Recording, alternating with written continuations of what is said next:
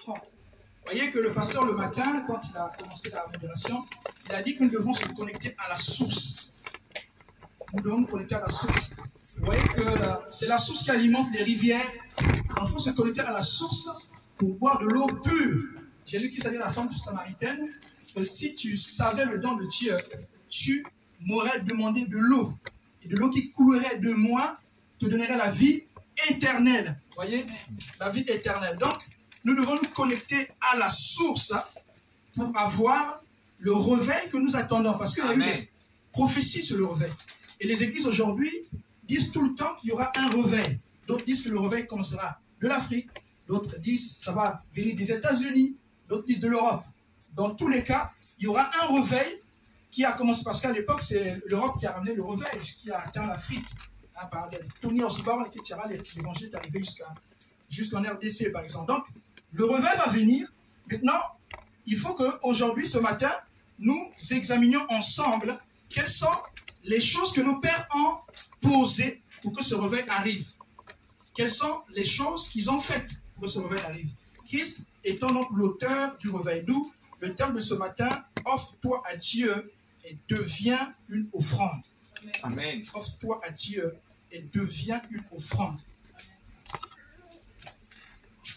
Il n'est pas seulement question de donner l'offrande, parce que ça, on le connaît. Quand on vient à l'église, on donne l'offrande. Mais il est aussi question de devenir soi-même l'offrande. De devenir soi-même l'offrande, c'est la dimension que nous voulons voir ce matin. On va essayer de prendre un texte pour commencer. Luc 20. Si quelqu'un peut juste nous aider. Luc 20. Comment donc devenir cette offrande-là? À partir du verset 22 jusqu'au verset 25. Si quelqu'un a la page. Donc ce réveil sera apporté par toi et moi. Ça va venir des États-Unis, mais c'est les membres qui vont apporter ce réveil-là. Ça viendra de toi et moi. Ça se trouve, c'est quelqu'un qui est assis ici qui va apporter le réveil à Mérignac ou à Bordeaux. Et après, ça va s'étendre jusqu'à d'autres. Dans Luc 20, à partir du verset 22, quelqu'un a la page? Pasteur, tu peux.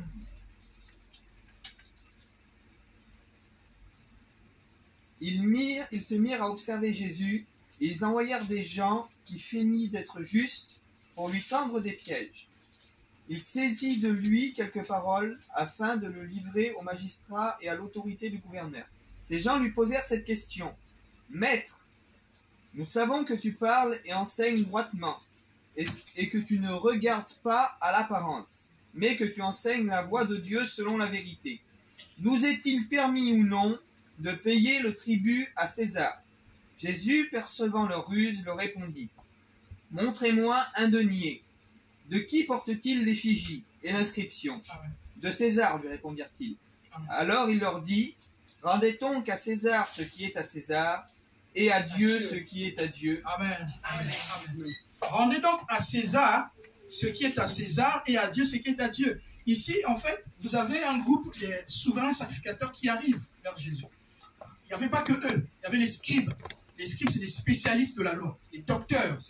Et ils sont là parce que Dieu les a envoyés, parce qu'il y a une écriture qui dit que je vous envoie les scribes. Donc, c'est des gens, des connaisseurs de la parole. Et il n'y a pas que eux, il y a aussi les anciens du peuple qui arrivent vers Jésus pour lui tendre un piège, parce qu'ils voulaient quand même le traîner vers les tribunaux. Il dit, bon, est-ce que nous pouvons payer la dîme à César? Sachant qu'à cette époque-là, Israël était sous l'emprise de Rome. Donc, c'était César qui dirigeait, et César a mis les dirigeants, donc des gouverneurs, pour gérer comme Pilate et autres. Pouvons-nous donner le tribut? C'est l'expression de l'impôt. Est-ce qu'on peut donner le tribut à César? Est-ce qu'on peut donner le tribut à César? Vous voyez que le tribut, c'est donc l'impôt. Il dit, alors, vous me demandez si vous pouvez donner la tribu à César, mais sur la pièce que vous avez à la main, quelle est l'image? Donc, c'est bien l'image de César. Et vous voyez que là, le billet, tous les billets aujourd'hui portent le drapeau de l'Union européenne. Vous voyez? Ce qui fait que nous devons donner l'impôt à l'État, puisque la monnaie que nous utilisons appartient à l'État.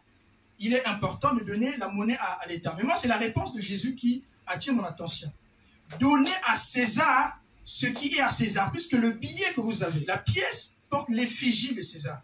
comment voulez-vous pas donner ça à César en retour? Donc il faut donner à César ce qui est à César et à Dieu ce qui est à Dieu. Le sujet, c'était donc l'impôt, qu'on appelait le tribut. Comment alors donner à Dieu ce qui revient à Dieu? Qu'est-ce qui doit revenir à Dieu que nous devons lui donner? C'est la question qu'on doit se poser, puisqu'il s'agit de l'impôt. Jésus-Christ veut qu'on se donne à lui, totalement. C'est-à-dire que toi, tu appartiens. Ton corps, tout en toi appartient à Dieu. De la même manière que tu as donné le tribut à César, de la manière que nous payons les impôts, Christ veut en retour que nous lui appartenons, puisque même César l'appartient. C'est en appartenant à Dieu, c'est en devenant propriété de Dieu, qu'on va expérimenter le revers, puisque nous soupirons. Tout le monde soupire. C'est important de soupirer le revers, parce qu'il faut que le Seigneur t'utilise. Il faut que tu vois la gloire de Dieu dans ta famille, dans ta nation. Mais c'est en devenant l'offrande que tu seras agréé devant Dieu et que tu pourras impacter ton environnement. Maintenant, on va d'abord regarder la notion de l'impôt. Puisque nous devons donner à César. Et je reviens encore sur les impôts, puisque nous travaillons, donc nous devons donner l'impôt. Ceux qui ont des dettes, pensez à donner à César, donc l'impôt sur le revenu et autres. Maintenant, la notion de l'impôt, d'où ça vient? On va regarder un peu dans l'histoire d'où vient la notion de l'impôt. Ça va peut-être nous aider. Alors, vous voyez que, par définition, j'ai pris une petite définition, l'impôt est donc un versement obligatoire. C'est un versement qui est obligatoire, qu'on doit verser à l'État ou aux administrations publiques sans contrepartie. Puisqu'on est citoyen, donc on a le devoir, nous devons donner à l'État ce tribut-là, puisque c'est le terme qui est utilisé, qui est impôt. Et pourquoi donner à l'État cet impôt? Parce que l'État va s'en servir pour financer les dépenses publiques et pour réguler l'économie. Donc, nous participons tous à l'économie de la nation. En finançant par nos impôts, nous participons à la vie économique de la nation. Donc, ce que nous avons entre les mains aide à l'État de financer les projets, de construire les écoles. Comme dans le royaume de Dieu, nous sommes devenus citoyens. Quand nous avons cru à la parole, nous devenons citoyens des cieux. Et donc, nous participons avec Jésus à la construction, Amen, au fonctionnement, au bon déroulement du royaume de Dieu sur la terre, dans tous les sens. Mais regardez un peu, les chercheurs, du coup, ont identifié deux origines de l'impôt. Une première origine, c'est une origine politique. Pourquoi l'origine politique? Parce que les peuples étaient nomades avant. Ils voyageaient, ils bougeaient, etc. Jusqu'à ce qu'ils se retrouvent quelque part, ben, ici on aime bien, on va rester ici. C'est la sédentarisation. Ils décident de s'installer.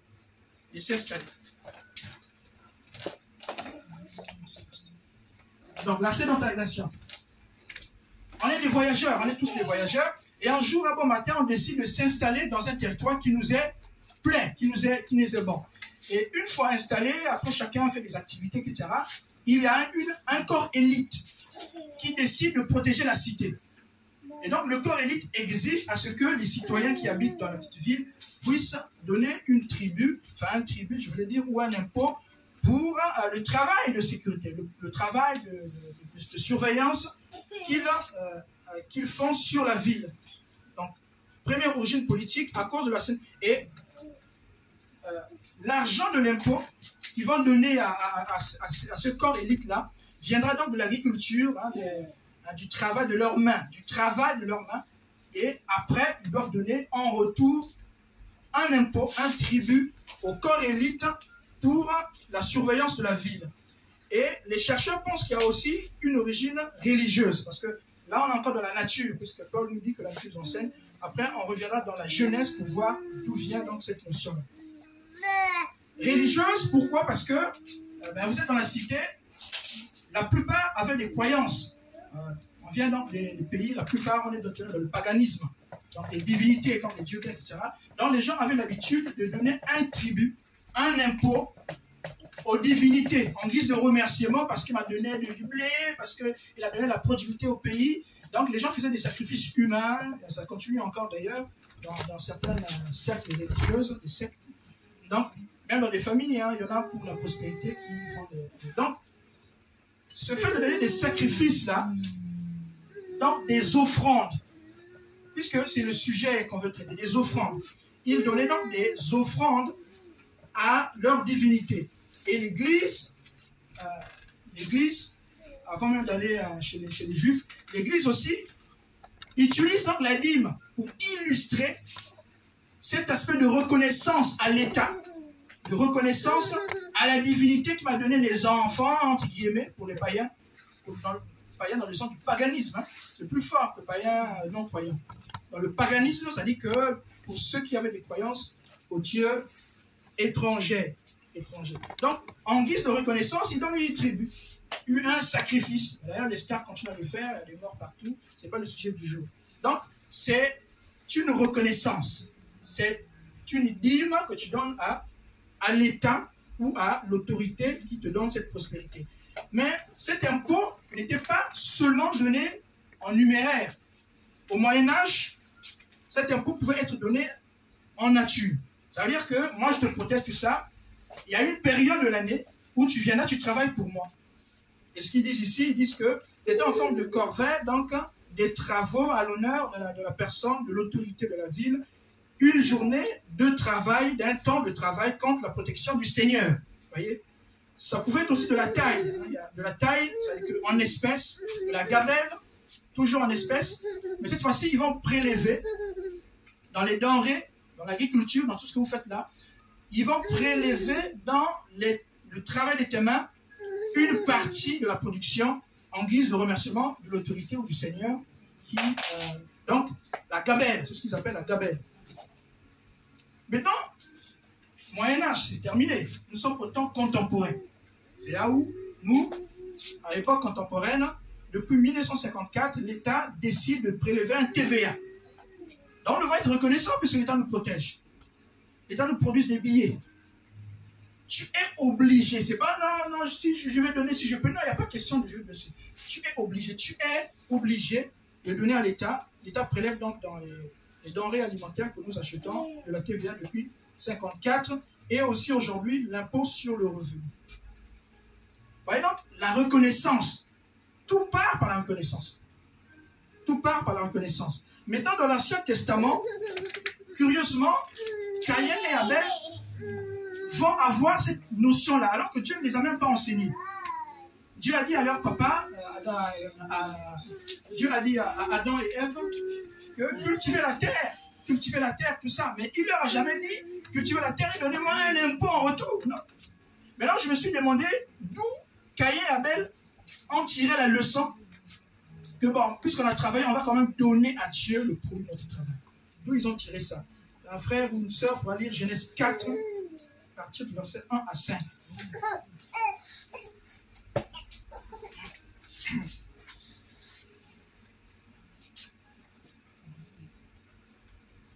Donc, il est important, c'est quelque chose d'obligé, de donner l'impôt. Et Jésus-Christ dira, donnez à César ce qui est à César, et vous donnerez à Dieu ce qui est à Dieu. C'est une impérative. Quelque chose d'obligé. 4. Donc Genèse 4, à partir du verset 1 à 5. Adam connut Ève, sa femme. Oui. Elle conçut et enfanta Caïn. Et elle dit, j'ai formé un homme avec l'aide de l'Éternel. Voilà, on peut d'abord s'arrêter là, pasteur. On va continuer sur le verset 5. J'ai formé l'homme avec l'aide de... Elle exprime une reconnaissance. Elle est reconnaissante parce qu'on voit encore nos mamans, en tout cas, que Dieu bénisse nos mamans parce que c'est par elles que nous sommes là. Mais on en trouve encore nos mamans à l'hôpital qui, pendant l'accouchement, appellent le nom de son oncle, de son tout ça. Bon. Remercie le Seigneur parce qu'il a donné. Et les Juifs avaient cette habitude-là de donner des noms en fonction de la douleur, de machin. C'est maman qui donnait souvent, papa aussi parfois. C'était plus maman. Et c'est des noms prophétiques. C'est parce que je suis allé voir sur le calendrier Giscard, non, c'est bon, là, Giscard. Il va s'appeler Giscard. C'est des noms prophétiques en fonction de comment la grossesse a évolué, en fonction de ce que le prophète m'a dit, de ce que l'ange m'a dit, de ce que tout ça, les gens ont observé. Et en fonction de ça, ils donnent des noms prophétiques. Donc, ils rendent grâce à Dieu la reconnaissance. Vous voyez, donc ces enfants-là sont habitués à avoir des parents reconnaissants. Pasteur, tu peux continuer. 5. C'est ça? Dans la suite, du coup. La suite au 5. 2, la partie verset 12. 2. Elle enfanta encore son frère Abel. Abel fut berger et Caïn fut laboureur. Donc le choix des métiers, l'un choisit d'être berger, l'autre choisit d'être laboureur. Au bout de quelque temps, Caïn fit à l'Éternel une offrande des fruits de la terre. Il va faire l'offrande des fruits de la terre et l'autre fera. Et Abel, de son côté, en fit une des prémunés de son troupeau. Voilà. Et de leur graisse. Et de leur graisse. Donc Caïn observe ses parents agriculteurs cultiver la terre, etc. Donc les parents étaient peut-être des agriculteurs. Et donc, il choisit d'être agriculteur, Caïn, et en retour, pour dire merci à Dieu, parce qu'il faut le faire, comme ses parents, on doit être reconnaissant, pour dire merci à Dieu, il décide de donner les produits de la terre. Caïn donnera donc en offrande des produits de la terre. C'est un culte, c'est une offrande, c'est une façon de dire merci à Dieu de la production. Et Caïn en retour donnera, enfin Abel en retour donnera une offrande sacrificielle. Caïn n'avait pas la révélation parce que Dieu voulait tout simplement que dans l'acte posé, le premier acte posé, qu'il y ait la révélation de Christ à venir, de la mort de Jésus-Christ, de sa crucifixion, du sang versé. Il n'a pas eu cette révélation-là. Il s'est inspiré de l'activité de papa et maman, agriculteur. Mais vous voyez que l'offrande que Caïn va donner va être exigée dans Lévitique 2. Ça sera l'offrande des prémices. Dans le problème, ce n'est pas l'offrande que Caïn a donnée. Le problème, tout simplement, c'est le manque de révélation. Parce que nous allons voir plus tard que parmi les offrandes que Moïse exigera dans Lévitique 2, il va s'y trouver l'offrande des prémices. Les prémices, c'est des épis, du blé, des produits de la terre. Mais sauf que cette offrande-là n'est pas une offrande de bonne odeur, parce qu'il y avait l'offrande consumée par le feu et d'une agréable odeur, et tout simplement une offrande consumée par le feu. Vous voyez? Tu es une offrande, et on le verra, tu seras une offrande consumée par le feu. Tu es d'abord en tant que la personne, parce qu'on va voir la notion de donner après. En tant que la personne, tu es une offrande, mais tu es consumé, tu seras consumé par le feu. Tu passeras par des épreuves. Dieu va t'éprouver, t'épurer, pour voir si tu vas résister à l'épreuve du feu. Amen. Mais il y en a qui ne résistent pas à l'épreuve du feu, hein, c'est compliqué, bon, ils viennent de croire comme le feu qui vient d'arriver, bon, maintenant qu'il se fera grâce, peut-être qu'il sera converti, après les parents se rentrent, ah, il s'est converti. Il y en a qui sont dans la rue parce qu'ils ont tout simplement été envoûtés, parce que les parents ont fait dire des bêtises et ils subissent les conséquences. Ou encore lui-même a fait des bêtises, ou Dieu même l'a permis, on ne sait pas. Mais en fait, quand tu as cru l'évangile, les épreuves vont commencer. Il y en a qui lâchent en chemin. Christ dit, la graine est jetée, parfois j'étais sur la pierre. Bon, ça va essayer de pousser. Hein? Après, il s'est flétri, le soleil, tout ça. Donc, il y en a qui ne résistent pas à l'épreuve du feu. Ils s'arrêtent en chemin. Il y a même des... on a connu un pasteur qui était le témoignage d'un pasteur. En fait, il avait un ami qui était en Angola. Il avait une très grande église, tout ça. Après, la galère a commencé à arriver, tout ça. Le pasteur n'a pas résisté à l'épreuve du feu. Il a dit, je vais aller en Europe. Il a vendu l'église. Mais les gens ne savaient pas qu'il partait en Europe. Il a dit, moi, je vais en mission. Je vais revenir. Vous serez sous la tutelle de notre pasteur. Sauf qu'il avait vendu l'église à ce pasteur-là pour aller faire l'aventure ailleurs. Donc, le pasteur a donné beaucoup d'argent et il est parti en Europe. Il n'est plus revenu. L'église s'est terminée. Ce n'est plus lui qui gère ça. Il ne prend pas des nouvelles. Ce n'est plus pour lui. Donc, il n'a pas résisté à l'épreuve du feu. L'offrande sera consumée par le feu. On le verra plus tard. Puisque l'offrande de Caïn aussi est consumée par le feu. Mais n'est pas d'une agréable odeur. Il n'y a pas d'encens. Dans les offrandes, nous verrons que les offrandes de Moïse, il y a des offrandes où Dieu exigeait de mettre un peu d'encens pour l'odeur. L'odeur, c'est le parfum de ta vie. Tu as résisté au feu et la fumée qui monte, c'est tes œuvres. C'est agréable. Dieu pouvait dire à Satan, tu as vu mon serviteur Job.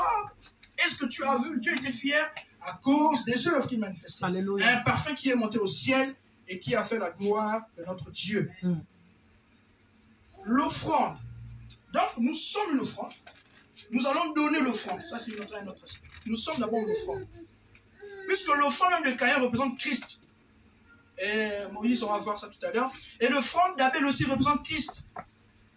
L'offrande de Caïn représente tout simplement Christ qui passe par des épreuves. Il n'y a pas la notion du sang, du rachat. Il est juste brûlé. Il passe par le désert.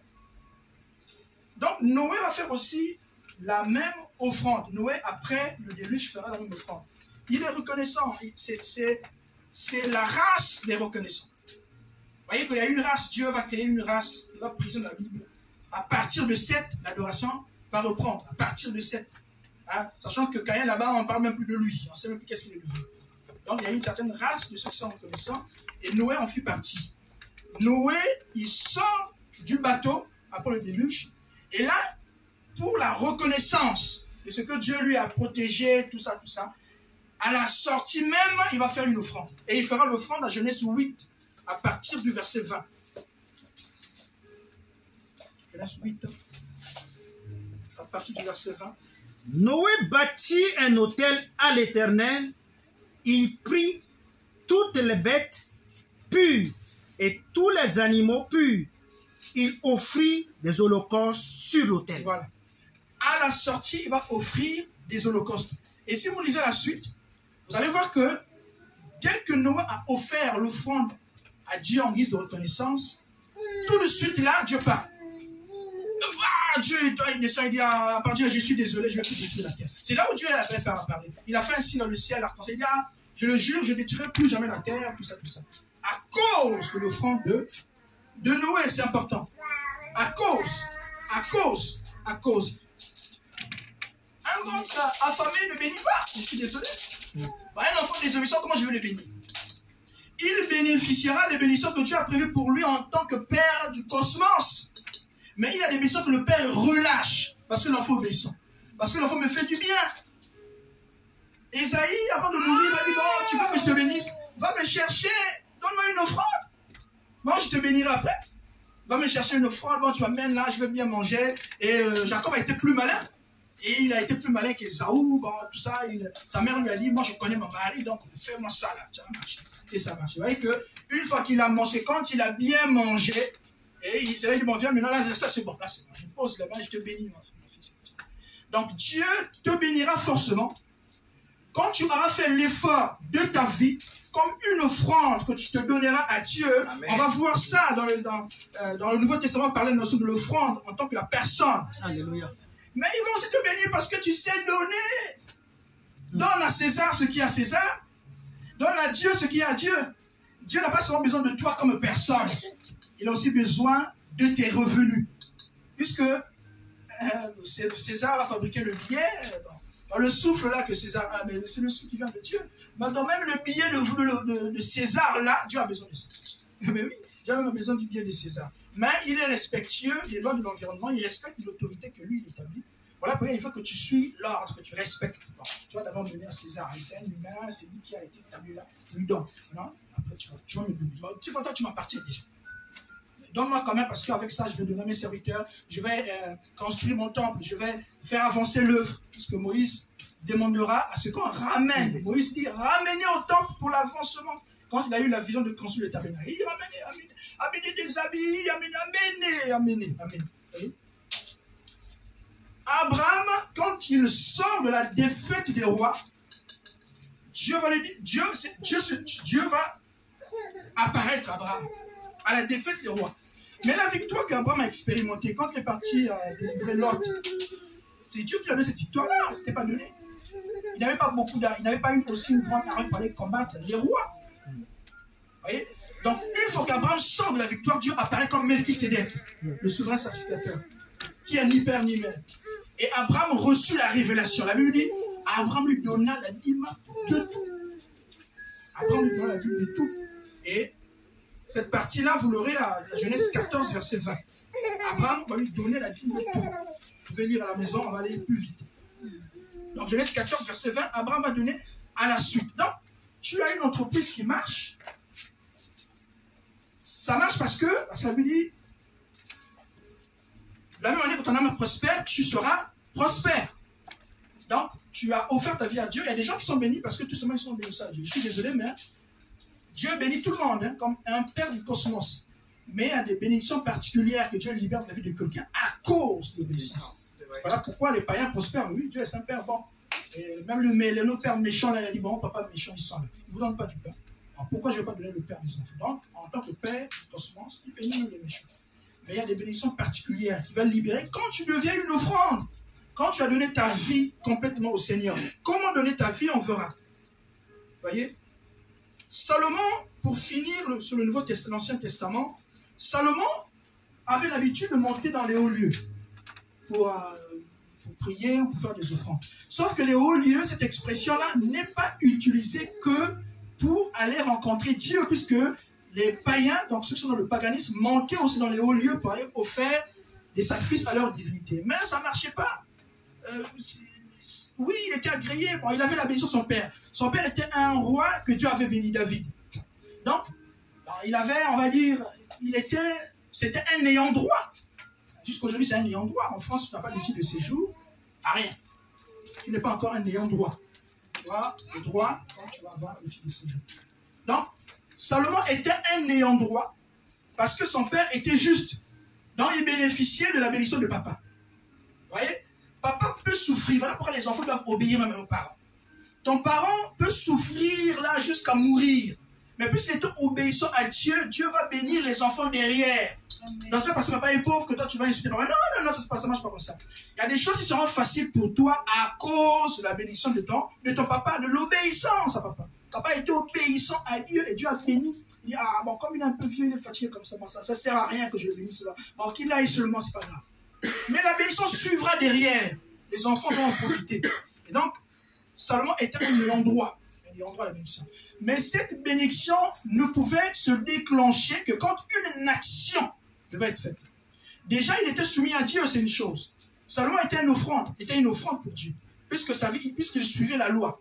Selon ce que Jésus dit, médite ce livre pour que tu prospères, etc. Donc, c'est quelqu'un qui méditait beaucoup sur la loi. Il était lui-même une offrande, puisque pour être une offrande, il y a des sacrifices qu'il faut faire. Mais les chrétiens veulent le réveil, je suis désolé, on n'a pas le réveil, c'est pour la bouche. Mais tu veux le réveil, tu ne fais pas payer le prix pour le réveil. Là aussi, c'est un autre problème. Donc, Abraham, on va lire ça, juste, pasteur, s'il te plaît, 2 Chroniques 1, verset 6, Salomon. 2 Chroniques 1, verset 6. Le jour où Salomon va poser cet acte-là, Dieu est obligé de descendre. Il n'a pas le choix. Je n'ai pas le choix. Là, je vais descendre. Là, je n'ai pas le choix. 2 Chroniques 1, verset 6 à 7. Et ce fut là, sur l'étang d'airain, oui, qui était devant la tente d'assignation, que Salomon offrit à l'Éternel 1000 holocaustes. Pendant la nuit, Dieu apparut à Salomon et lui dit, demande-moi ce que... Maintenant, demande-moi ce que tu veux. Tu veux, je te donne. Donc, Dieu a bien mangé. Dieu mange. Il est le consommateur de notre foi. Il mange, il va manger. Quand il a donné les 1000 là, le parfum est monté au ciel. Dieu était tellement content, il dit, le soir je vais descendre là, le gars là, je descends. Et Dieu est descendu le soir, il dit, bon maintenant là, donne-moi, dis-moi. Mais il était un ayant droit, il était déjà un ayant droit à cause de son papa. Il y avait une bénédiction liée à la paix de son père. Dieu débloque la bénédiction ce jour-là. Il débloque. Il dit, demande ce que tu veux. Bon, il dit, bon, ok, il a dit ce qu'il voulait. Je dis, bon, je te donne la sagesse. Tu n'as pas demandé l'argent, mais l'argent s'en suivra. L'argent s'en suivra. Donc, nous devons devenir une offrande et nous devons donner l'offrande. Et c'est ce que Malachie dit dans Malachie 3, verset 8. Il dit, amenez dans la maison du trésor. Amenez. Est-ce qu'une sœur peut lire, s'il vous plaît? Amenez dans la maison du trésor. Malachie 3, verset 8. Si une sœur peut lire. Maman, tu as la page? Tu peux lire, maman, s'il te plaît. Malachie 3, verset 8.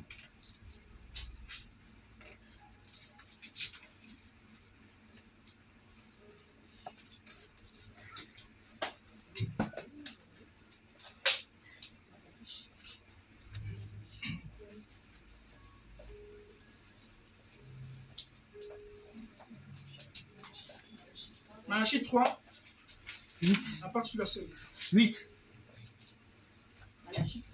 Verset 8. Verset 8.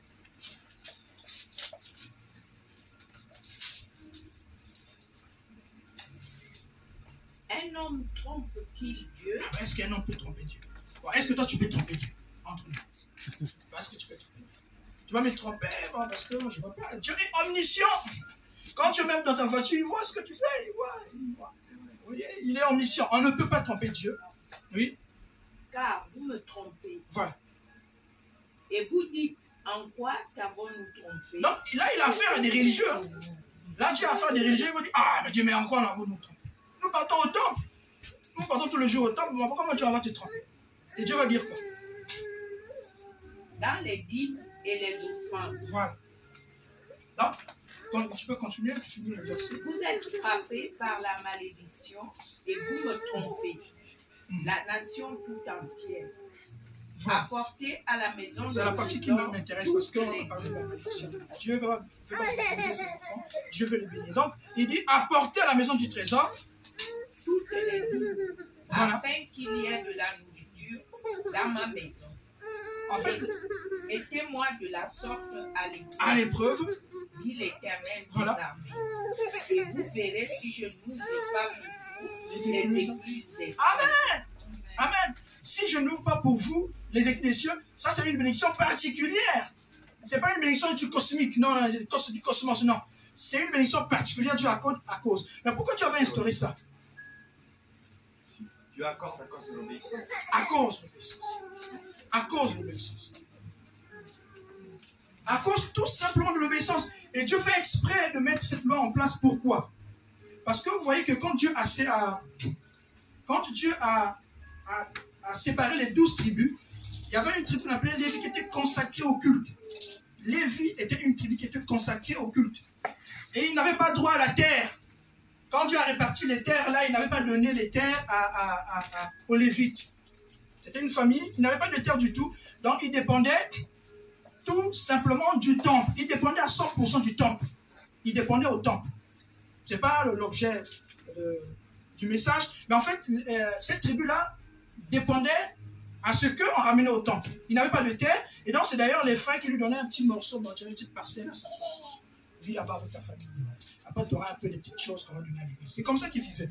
Dieu fait exprès, pour que ma maison soit en abondance, il dit là, pour que ma maison, si je ne qu'il ne manque rien, voilà. Vous la bénédiction en abondance. Voilà. Donc, pour qu'il ne manque rien, donc le réveil, c'est aussi un réveil financier. C'est là où je vais revenir. Il faut que la nature en abondance. Pourquoi? Parce que le réveil sera un réveil spirituel, parce que nous devenons lui nous offrande. Dieu nous utilise par des milliards de guérisons, tout ça, tout ça. Mais il faut que la nourriture en abondance. Pourquoi? Parce que l'Église a besoin d'investir dans des projets d'évangélisation, d'impact, de nourrir dans les orphelinats, etc. Il faut qu'il n'y ait rien qui manque à l'Église pour que l'Église soit riche. Et tenez-vous bien, aujourd'hui, d'ailleurs, une enquête a été faite. Les sacrificateurs aujourd'hui en Israël, les plus riches, c'est les rabbins. Est-ce que les gens l'oublient? Parce qu'au fil du temps, la richesse s'est entassée. L'Église est devenue tellement riche, ils sont devenus super puissants. Alors qu'eux, ils n'avaient pas de terre. Mais Dieu ne fait pas ça pour enrichir les pasteurs, non. Il fait ça pour enrichir l'Église. Pour que l'Église puisse se déployer. Donc le revers, c'est aussi un revers financier, détrompez-vous. Pas non, l'argent, non, Dieu, non, il n'a pas l'argent, non, Dieu c'est le cœur, non, Dieu aussi c'est l'argent. Parce que Dieu va envoyer ses missionnaires, vous aurez besoin de finances. Voilà pourquoi Paul envoyait, rapportait les libéralités. Paul, quand il faisait des voyages, il récupérait les libéralités. Mais Dieu n'existe plus. Dans la Nouvelle Alliance, je ne sais pas si on aura le temps, mais Dieu n'existe plus. Donnez dans ton cœur, donnez avec libéralité. Donnez sans contre-cœur, c'est ce que Dieu demande à la Nouvelle Alliance. Mais, de toutes les façons, l'Église sera riche et l'Église va impacter par les finances aussi. Pas parce qu'il veut devenir riche pour concurrencer les gens du monde, puisque ce monde appartient au prince de ce monde, nous connaissons. Donc, les très grands riches seront forcément des gens qui sont dans le culte. Néanmoins, l'Église va manifester la gloire de Dieu sur la terre. Donc, le pasteur Alain pourra aller aux États-Unis évangéliser. Le pasteur Bissoun pourra aller au fin fond là-bas, en Taïwan, là-bas, évangéliser, ou encore chez les pygmées là-bas. Ils ont besoin et on va, c'est notre frère, on va l'écouter. Mais il faut les finances pour y aller. La sœur pourra aller évangéliser au fin fond là-bas, par exemple au Japon. Et vous allez voir que les plus grands réveils dans le monde, il y avait les finances derrière, détrompez-vous, les Tony Robinson, c'est des gens qui ont fait le tour du monde. Donc il y avait des gens qui donnaient des dons de façon extraordinaire. Ils ont eu des dons, des millions. Il y a des familles, quelque part, je vais mourir là, je suis à la retraite, j'ai 4 milliards, bon, je vais donner à Tony Osborne 1 milliard. Et à cause de ça, ils ont impacté nous bénéficiants du travail qu'ils ont fait aujourd'hui. Donc, il ne faut jamais mettre donc, les finances à côté. Raisonner comme ça, c'est empêcher Dieu d'agir. Pourquoi? Parce que Dieu agit en fonction de ta foi. C'est parce que tu as foi à un truc que Dieu agit. Dieu respecte le libre arbitre. Il respecte. Tu ne crois pas à ça, pourquoi je vais faire ça? Je vais faire sur des aspects que toi tu crois. Sur les aspects où tu as des doutes, tu vas respecter ton choix. Vous voyez? Maintenant, on va aller très vite parce que le temps passe. Je vais juste lire vite fait. Dans la Nouvelle Alliance, dans l'Ancienne Alliance, les différentes offrandes, parce qu'après on va partir sur la Nouvelle Alliance, les différentes offrandes que Moïse exigera dans Lévitique 2, vous lirez à la maison, Lévitique 2 à partir du verset 1 à 16, vous allez voir que ces offrandes-là est divisée en 2 catégories. L'offrande consumée par le feu et d'une agréable odeur. L'offrande consumée par le feu, tout simplement, et je disais au début que, consumée par le feu, tu as une offrande, tu es consumée par le feu, donc supporte les épreuves, porte ta croix. Porte ta croix. Et maintenant, les différentes offrandes, il y aura donc l'offrande en dents, donc les gens devront venir au temple, des farines, de l'huile, tout ça, pour faire des gâteaux qui étaient donnés aux sacrificateurs pour être brûlés. Ces gâteaux-là, c'est l'encens qui donnait la bonne odeur. Donc, c'est l'offrande en dents, c'est une offrande d'une agréable odeur, consumée par le feu et d'une agréable odeur. Tout ça, c'est l'image du Christ. On n'a pas le temps d'en parler. Les pasteurs sont là pour nous enseigner encore en profondeur ces choses-là. Et donc, il y avait aussi une offrande des prémices. C'est ce que Caïn avait donné. C'était les épis, les produits de la terre. Et là encore, c'est une offrande tout simplement consumée par le feu. Il n'y a pas d'odeur. L'offrande de Caïn n'avait pas d'odeur du tout. C'est tout simplement une offrande consumée par le feu. C'est des épis, des produits agricoles, le travail de tes mains. Dieu se nourrira aussi du travail de tes mains. Du travail. Et le travail de tes mains sera passé au feu. Il y a des gens qui sont surpris, ils gagnent le salaire, il n'y a plus rien. Le salaire du mercenaire tombe dans une poche trouée. Alors, mais comment ça se fait? Ah, découvert déjà. Découvert, oui. Maintenant, tu ne mets pas Dieu à l'épreuve. Ton argent, c'est pour toi. Oui? Donc, l'offrande des prémices est brûlée par le feu. Il y a aussi l'offrande qu'on appelle l'offrande de paix. Offrande de sacrifice d'action de grâce. Ça, c'était pour donc, le pardon des péchés. Tu emmenais brebis, chèvres, tout ça. Tu posais la main sur la tête, on coupait ton péché pardonné. Ces rites-là sont particulièrement dans le paganisme. Hein. Quand tu vas voir le marabout, pour nous qui venons d'Afrique, on va couper la tête de machin là, du poulet, on va tourner le sang comme ça. Les sorciers pensent que ça va t'enlever les mauvaises ondes, ça va partir chez le poulet. Donc c'est la même logique un peu dans le christianisme, enfin dans l'Ancien Testament. Le fait de couper la tête de l'agneau, il crie, le sang gît partout, ton péché est transféré. Ce sont des principes spirituels. Et la Bible dit que Jésus-Christ est notre Père, en Ephésiens 2, verset 14, on ne dira pas. Christ est notre Père, puisque après cet acte-là, tu es libéré, tu es pur, tu es en paix avec Dieu. Tu es en paix.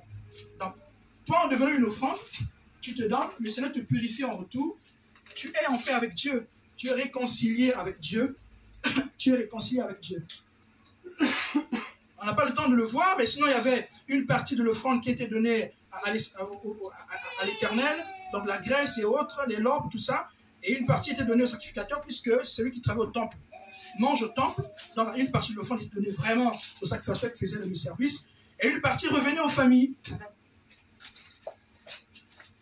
Et une partie revenait aux familles, et les familles mangeaient cette offrande-là dans des lieux secrets. On va aller vite. Sacrifice d'expiation, c'est aussi une offrande. En l'Ancien Testament, ça a un sens, c'est un type. On peut l'expliquer dans le Christ. Ce sacrifice d'expiation-là, c'était pour des péchés involontaires. Un péché que tu as fait, mais tu ne sais pas. Donc, c'était prévu. Et donc, c'était un taureau qu'on pouvait ramener, un sacrificateur ou un gens du peuple ramenait du taureau, et un chef ramenait un bouc, parce que le bouc coûtait plus cher. Il y avait un sacrifice de culpabilité. On n'a pas le temps, on le lira. Culpabilité, donc,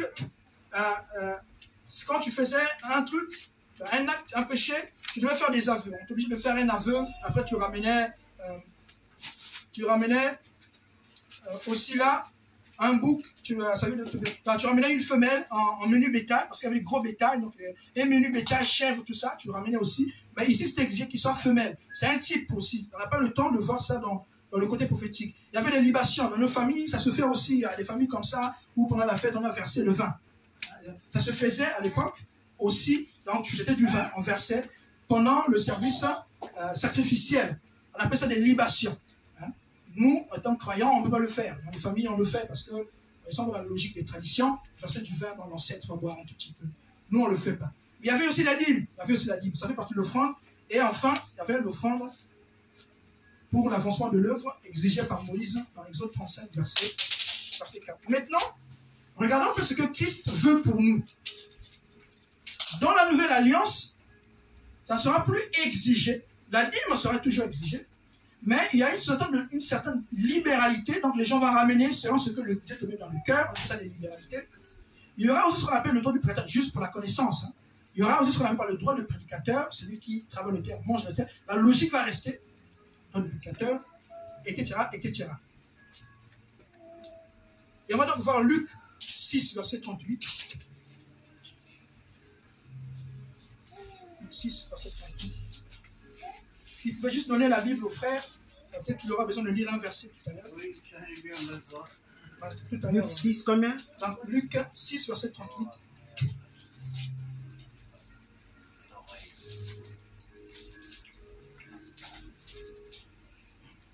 Donnez et il vous sera donné. Donc, c'est donc une loi spirituelle que Dieu a mis en place. Celui qui donne, on lui donne en retour. On versera dans votre sein Oui. une bonne mesure, serrée, secouée et qui déborde. Amen. Car on vous mesurera Amen. avec la mesure dont vous avez, vous serez servi. Servi. On va vous mesurer à la mesure que vous serez servi. C'est l'exemple de Salomon qui a donné autant et Dieu lui bénit autant. Voyez? Donc, Christ veut pour nous que nous soyons une offrande. Maintenant, comment est-ce que nous devons devenir l'offrande? C'est pour la fin. C'est là où on va finir. Comment allons-nous devenir cette offrande-là que Dieu veut pour nous? Quels sont les sacrifices à faire? Bon, c'est un mot qui fait peur. Mais quel est le prix à payer? Voilà, c'est l'un des termes. Quel est le prix à payer pour devenir l'offrande qui sera agréée par Dieu? Dieu veut que tu sois une offrande agréée, que tu deviennes une bénédiction pour ta famille, pour ta nation, que tu sois un sujet de remerciement. Donc quand les amis sont à côté, ah, vraiment, c'est grâce à lui, grâce à lui, grâce à lui. Grâce à lui, parce que vous voyez, quand Tabitha meurt, la sœur là, quand il Dorcas, je sais pas comment il s'appelait, quand la sœur qui meurt, l'église en pleure vraiment, ils sont partis appeler Pierre. Pourquoi? Parce que les œuvres de la sœur en parlaient. Vraiment, Pierre vient. Il s'appelait? C'est ça, Dorcas. Dorcas. Cette sœur-là, vraiment, elle était bien. Les gens se sont rappelés des œuvres de la sœur. Donc, les œuvres parlent. Et ces œuvres vont parler jusqu'au ciel. À cause de nos œuvres, nous serons couronnés. Nous serons couronnés à cause. On n'est pas sauvés à cause des œuvres. Dieu nous sauve gratuitement. C'est un don. Sauf que nous serons couronnés à cause de l'effort que nous avons fait. Donc, Dieu veut que nous devenions une offrande. Dieu veut que tu donnes ton corps. Ton corps. Dieu a besoin, de ton corps. Le corps, Dieu veut ton corps. En offrande de ton corps. Dieu veut le temps, ton temps en offrande. Dieu veut ta journée en offrande. On va voir des versets qui en parlent. Dieu veut, j'ai dit, de ton corps en offrande. Dieu veut de ton temps en offrande. Puisque nous donnons plus le temps à notre patron.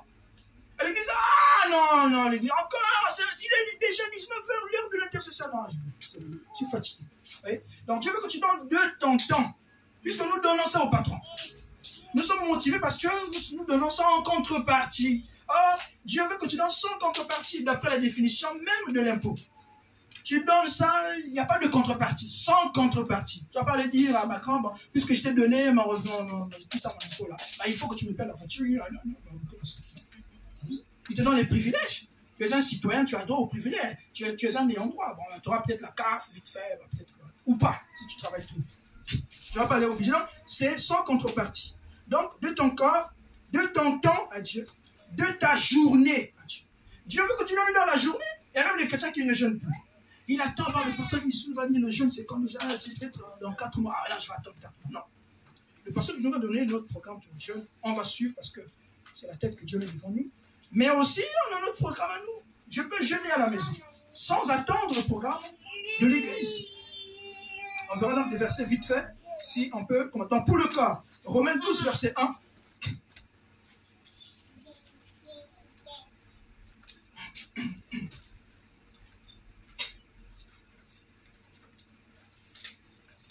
Romains 12, 1. 1 à 2. Je vous exhorte donc, frères, par les compassions de Dieu, à offrir vos corps comme un sacrifice vivant, saint, agréable à Dieu, ce qui sera de votre part un culte raisonnable. Amen. Ne vous conformez pas au siècle présent, mais soyez transformés par le renouvellement de l'intelligence, afin que vous discerniez quelle est la volonté de Dieu, ce qui est bon, agréable et parfait. Et parfait. Donc Dieu veut que nous donnons notre corps. Et plus tu donnes ton corps à Dieu, il travaille sur ton intelligence. Parce qu'il y a encore des choses qui bloquent dans la vie, parce qu'on n'a pas encore une intelligence renouvelée. Mais si on se donne à Dieu, corps et âme, que le Seigneur renouvelle ton intelligence. Corps et âme, comment? C'est en venant à l'église, en écoutant les prédications, c'est en pratiquant la piété. L'exercice de la piété. C'est un terme à faire de recherche. C'est quoi la piété? Il y a des gens qui ne prient même pas avant de manger. Ça fait partie de l'exercice de la piété. En le faisant, en quelque sorte, tu donnes ton corps, tu te livres à Dieu. Tu veux que Dieu soit au centre même de ta vie. Et cette figure de l'offrande en tant que corps est illustrée dans le vœu de